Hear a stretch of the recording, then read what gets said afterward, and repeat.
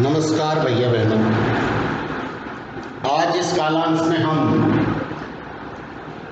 पाठ 5 जल ज्वार भाटा भाग 3 भूगोल पढ़ेंगे। पहले के कालांशों में हमने महासागरीय परिसंचरण, जिसमें तरंगे, ज्वार भाटा एवं धाराएं, जिसमें महा परिसंचरण और तरंगे के बारे में हम पढ़ चुके थे। आज हम ज्वार भाटा के बारे में पढ़ेंगे। अब ज्वार भाटा किसे कहते हैं? दिन में 2 बार नियम से महासागरीय जल का उठना व गिरना ज्वार भाटा कहलाता है। ज्वार भाटा किसे कहते हैं? दिन में 2 बार नियम से महासागरीय जल का उठना और गिरना ज्वार भाटा कहलाता है। अब गिरना और उठने का मतलब समुद्र की जो लहरें आती हैं, वो लहरें आकर के किनारे पे आ गई, फिर वापस चली गई, फिर आ गई, वापस चली गई, इसको हम ज्वार भाटा कहते हैं। यह ज्वार भाटा कहलाता है। जब सर्वाधिक ऊंचाई तक जल उठकर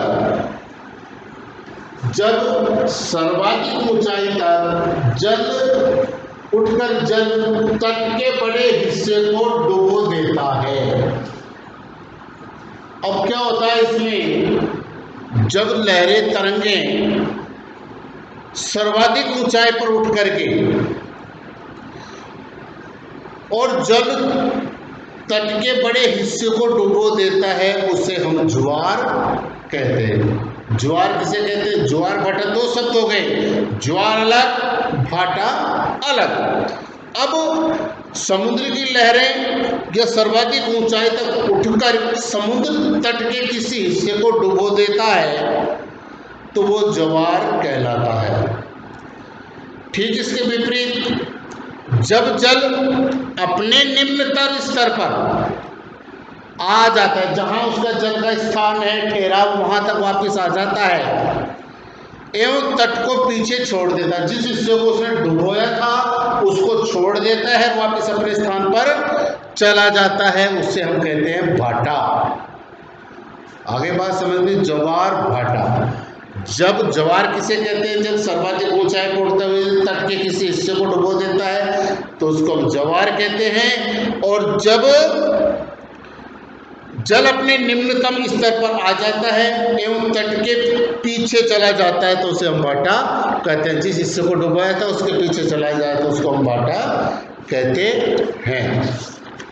अब ये ज्वार भाटा अब सूर्य एवं चंद्रमा के शक्तिशाली गुरुत्वाकर्षण के बल के कारण पृथ्वी की सतह पर ज्वार भाटे आते हैं। अब प्रश्न है, ज्वार भाटे क्यों आते हैं साहब? तो ज्वार भाटा इसलिए आते हैं कि सूर्य एवं चंद्रमा के शक्तिशाली गुरुत्वाकर्षण के बल के कारण पृथ्वी की सतह पर ज्वार भाटा आते हैं। अब सूर्य और चंद्रमा को जो शक्तिशाली बल लगता है, गुरुत्वाकर्षण लगता है, अपनी ओर खींचता है, उसके कारण हमारी पृथ्वी पर ज्वार भाटे आते हैं।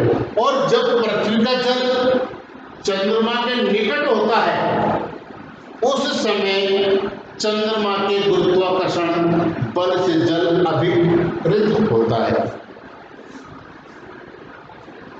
तो जब पृथ्वी का जल चंद्रमा के निकट होता है, उस समय चंद्रमा के गुरुत्वाकर्षण बल से जल अभिकर्षित होता है उसकी ओर खिंचता, जिसके कारण उच्च ज्वार आते, उच्च यानी बड़े ज्वार आते हैं, है ना। तो लहरें ऊंची उठती है, ऊंचे ज्वार आते हैं। पूर्णिमा एवं अमावस्या की, जिसके कारण ज्वार आते हैं। पूर्णिमा और अमावस्या के दिनों में सूर्य, चंद्रमा और पृथ्वी कौन कौन, कब कब और कौन कौन? पूर्णिमा और अमावस्या के दिनों में जिस दिन पूर्णिमा होती है, यानी कि जिस दिन सूर्य पूरा दिखाई देता है, चंद्रमा पूरा दिखाई देता है, और अमावस्या जिस दिन चंद्रमा बिल्कुल दिखाई नहीं देता। पूर्णिमा किसे कहते हैं? जिस दिन चांद पूरा दिखाई देता है, और अमावस्या जिस दिन चांद बिल्कुल दिखाई न दे। कहाँ नहीं दे? आकाश में। तो पूर्णिमा में अमावस्या के दोनों में सूर्य, चंद्रमा एवं पृथ्वी तीनों एक सीध में हो जाते हैं। सूर्य, चंद्रमा और पृथ्वी क्या हो जाते हैं? उस समय एक सिद्ध में हो जाते हैं, एक लाइन में हो जाते हैं। मैं भी चित्र के माध्यम से भी आपको बता दूंगा। अब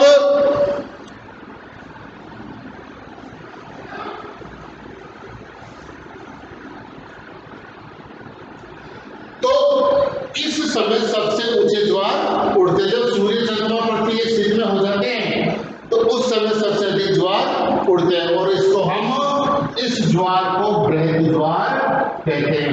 इस ज्वार को क्या कहते हैं? बृहद ज्वार, यानी बड़ा ज्वार कहते हैं।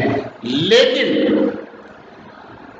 जब चांद अपने प्रथम एवं अंतिम चतुर्थांश में होता है तो चांद एवं सूर्य का गुरुत्वाकर्षण बल विपरीत दिशाओं में महासागरीय जल पर पड़ता है। चांद एवं सूर्य का गुरुत्वाकर्षण इन दिनों में प्रथम और अंतिम चतुर्थांश में होते हैं, तो इनका बल जो गुरुत्वाकर्षण है वो विपरीत दिशा में पड़ता है। परिणाम स्वरूप निम्न ज्वार भाटा आता है। निम्न यानी थोड़ा हल्का ज्वार भाटा आता है। ऐसे ज्वार को लघु ज्वार भाटा कहते हैं। ऐसे ज्वार को क्या कहते हैं? लघु ज्वार भाटा कहते हैं। उच्च ज्वार नौ संचालन में सहायक होता है। ये जल स्तर को तट की ऊंचाई तक पहुंचाते हैं।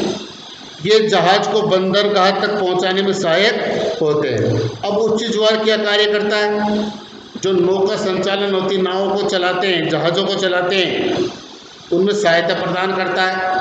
ये जल स्तर को तट की ऊंचाई तक पहुंचाने में मदद करता है। ये जहाज़ों को बंदरगाहों पर पहुंचाने में सहायक होते हैं। उच्च ज्वार मछली पकड़ने में भी मदद करते हैं। जो समुद्र के अंदर मछली पकड़ने का काम करते हैं उनमें भी मदद करता है। जब उच्च ज्वार के दौरान अनेक मछलियां तट के निकट आ जाती है, इसके फलस्वरूप मछुआरे बिना कठिनाई के मछलियां पकड़ लेते हैं, और कुछ स्थानों पर ज्वार भाटे से होने वाले जल के उतार चढ़ाव का उपयोग विद्युत उत्पन्न करने के लिए भी किया जाता है। अब इस ज्वार भाटे का और क्या उपयोग है? विद्युत उत्पन्न करने में, यानी बिजली बनाने में भी इसका उपयोग करते हैं। अब एक चित्र के माध्यम से देखिए, किताब के अंदर आपको दिखाता हूँ। सूर्य और चंद्रमा, पृथ्वी तीनों ये एक सीध में आ गए। ये देखिए, सूर्य, चंद्रमा और ये पृथ्वी तीनों एक सीध में आ गई। तो ये जब तीनों एक सीध में आ जाते हैं तो क्या हो जाता है? चंद्रमा, सूर्य, चंद्रमा, पृथ्वी सीध में बृहद ज्वार को प्रकट उत्पन्न होता है। इसके बाद में आता है महासागरीय धाराएं। और महासागरीय धाराएं निश्चित दिशा में महासागरीय सतह पर नियमित रूप से बहने वाली जल की धाराएं होती है। महासागर धाराएं कैसी होती है? ये महासागरीय धाराएं निश्चित दिशा में, यानी कि उनकी दिशा निश्चित रहती है, तो महासागरीय सतह पर नियमित रूप से बहने वाली जल की धाराएं होती हैं। ये धाराएं गर्म या ठंडी हो सकती है। धाराएं कैसे हो सकती है? गर्म भी हो सकती है और ठंडी भी हो सकती है। सामान्यतः गर्म महासागरीय धाराएं भूमध्य रेखा के निकट उत्पन्न होती है। सामान्यतः गर्म महासागरीय धाराएं कहाँ उत्पन्न होती है?